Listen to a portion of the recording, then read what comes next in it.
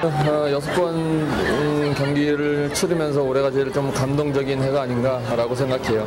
또 이렇게 많은 팬들이 경기 추운 날씨에도 찾아와 주셨고 지금보다 더 많은 일들을 해서 또 많은 아이들한테 혜택이 갈 수 있으면 좋겠습니다.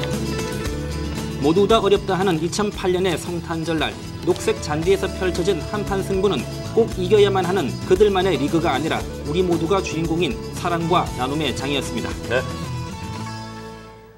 네, 이번에는 미국으로 좀 가보겠습니다. 이 20여일 뒤에 백악관에 입성하게 되는 버락 오바마 대통령 당선자, 이 딸 둘을 데리고 들어가게 되죠? 네, 그렇습니다. 앞서 부시나 클린턴 대통령도 아들이 없었는데요. 네. 원종진 기자, 미국 대통령이 되려면 딸이 있어야 되나 봐요. 네, 미국 시사주간지 타임이 아주 흥미로운 분석 기사를 내놨는데요. 지난 80년 동안 미국의 역대 대통령 가운데 백악관에 아들을 데리고 들어간 대통령은 존 F 케네디 대통령이 유일하다고 합니다. 그래서 백악관의 주인에겐 아들이 없다 이런 전통이 있는데 그 원인에 대해서 타임은 딸 가진 정치인이 선거운동에 더 유리하기 때문이라고 분석했습니다. 우수경 기자가 전해드립니다. 말리아와 샤샤, 오바마 미국 대통령 당선자의 두 딸은 대선 내내 유권자들의 관심 1순위였습니다. 대선 당시 단 한 번의 토크쇼 출연으로 오바마 당선자의 인기에 상당한 영향을 미쳤습니다. My dad doesn't like sweets. No? I'm not a real sweets guy. You like pie. He likes pie. The exception. Okay. Like pumpkin pie. And he likes like minty gum. He doesn't like bubble gum. 미 시사주간지 타임은 이처럼 딸이 주는 이미지 제고 효과 덕에 딸을 둔 아버지들의 백악관 입성 비율이 월등히 높다고 보도했습니다. 실제로 부시의 쌍둥이 두 딸 제나와 바버라, 클린턴의 외동딸 첼시 등 지난 80년 동안 백악관에 같이 들어간 아들은 케네디 2세가 유일했습니다. 이에 대해 타임은 성장기 아들이 딸보다 대선을 치르기 불리하기 때문이라고 분석했습니다. 선거 유세 기간 동안 매일 좋은 옷차림으로 되풀이되는 부모 연설을 경청해야 하는데 남자아이들은 이를 견디기 힘들다는 겁니다. 이에 반해 딸은 유권자들에게 편안하고 자상한 아버지의 인상을 심어줄 수 있다고 설명했습니다. 타임은 이와 함께 딸은 부모를 기쁘게 하려는 경향이 있어 선거운동에 적극적인 점도 도움이 된다고 말했습니다. KBS 뉴스 우수경입니다. 미국에서 산타클로스 복장을 한 남성이 크리스마스 이브 파티를 하던 가정집에 총을 난사하고 불을 지르는 끔찍한 사건이 일어났습니다.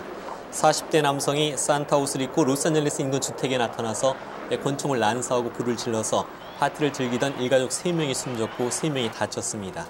경찰은 이 파티에 참석한 한 여성의 남편을 용의자로 보고 추적했지만 이 남자는 자신의 형 집에서 스스로 목숨을 끊어 숨진 채 발견됐습니다. 성탄 전야 우크라이나에서는 가스 폭발로 추정되는 아파트 붕괴 사고가 나서 40여 명이 숨지거나 실종됐습니다. 5층짜리 아파트 가운데가 폭삭 가라앉았습니다. 이 사고로 19명이 숨지고 24명이 실종됐습니다.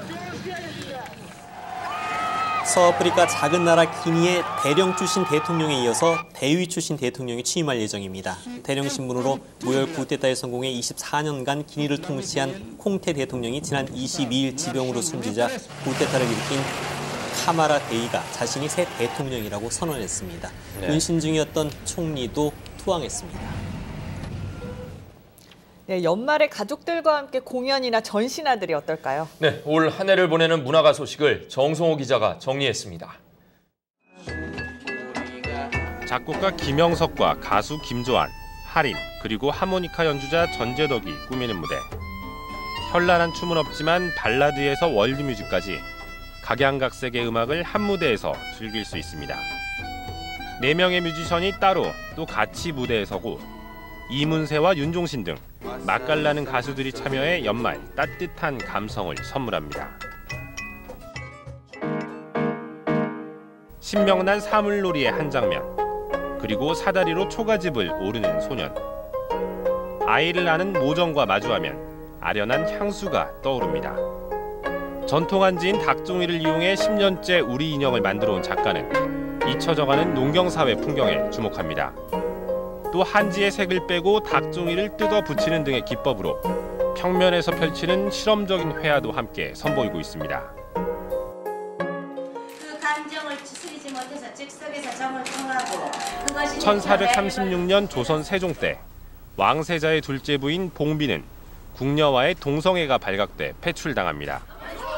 궁궐을 배경으로 내관과 궁녀, 그리고 왕세자와 왕세자 빈까지 조선왕조실록의 기록에 허구를 더한 팩션 연극 마리화나입니다.